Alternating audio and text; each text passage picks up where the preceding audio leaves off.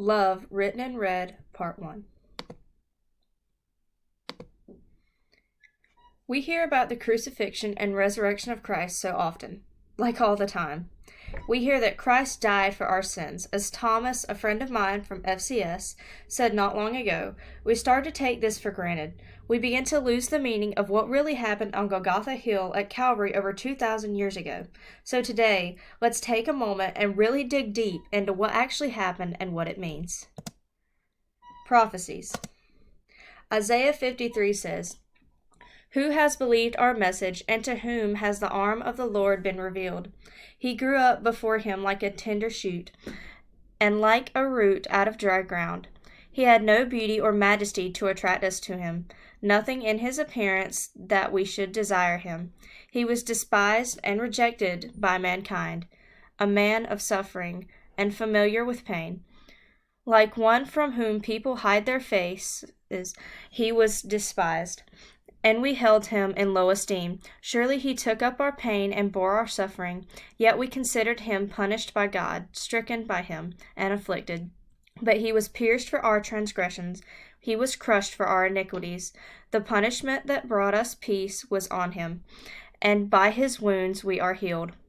We all, like sheep, have gone astray. Each of us has turned to our own way, and the Lord has laid on him the iniquity of us all. He was oppressed and afflicted, yet he did not open his mouth. He was led like a lamb to the slaughter, and as a sheep before its shearers is silent, so he did not open his mouth. By oppression and judgment he was taken away. Yet who of his generation protested? For he was cut off from the land of the living. For the transgression of my people he was punished. He was assigned a grave with the wicked, and with the rich man in his death, though he had done no violence, nor was there any deceit in his mouth. Yet it was the Lord's will to crush him, and cause him to suffer. And though the Lord makes his life an offering for sin, he will see his offspring and prolong his days. And the will of the Lord will prosper in his hand.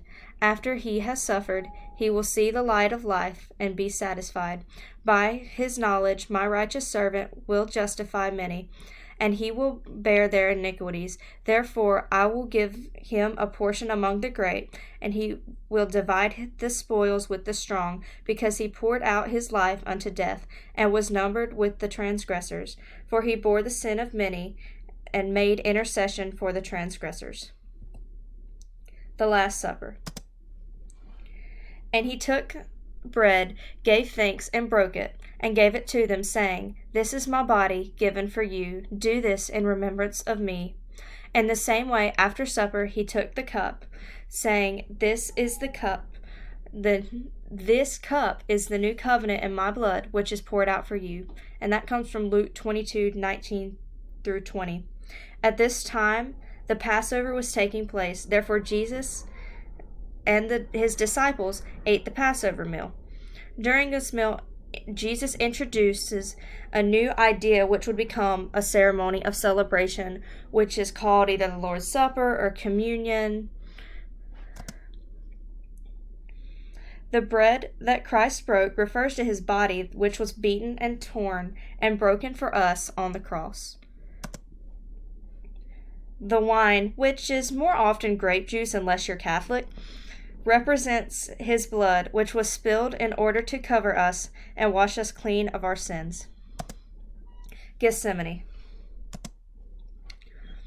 Then Jesus went with them to a place called Gethsemane, and he said to his disciples, "Sit here while I go over there and pray."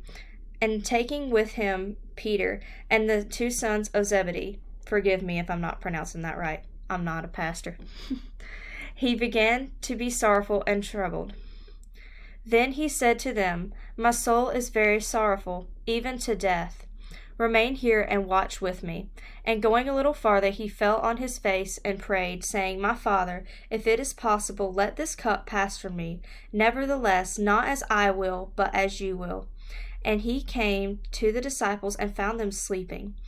And he said to Peter, "So could you not watch with me 1 hour? Watch and pray that you may not enter into temptation. The spirit indeed is willing, but the flesh is weak." Again, for the second time, he went away and prayed, "My Father, if this cannot pass unless I drink it, your will be done."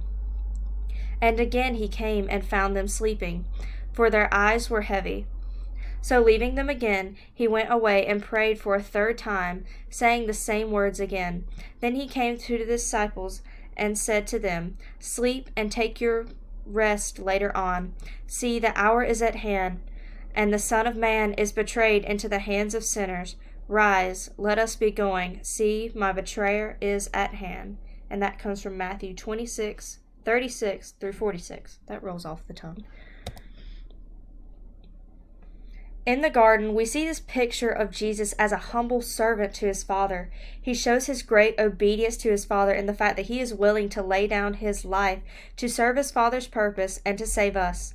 We see him in grief as he prays in the garden, for he knows the trials and torture he is about to face. In the midst of all this, Christ submits to God's will for what is to happen. He prays, saying, "Not as I will, but as you will." Thy will be done, God, is what he is saying. He was obedient to the point of death.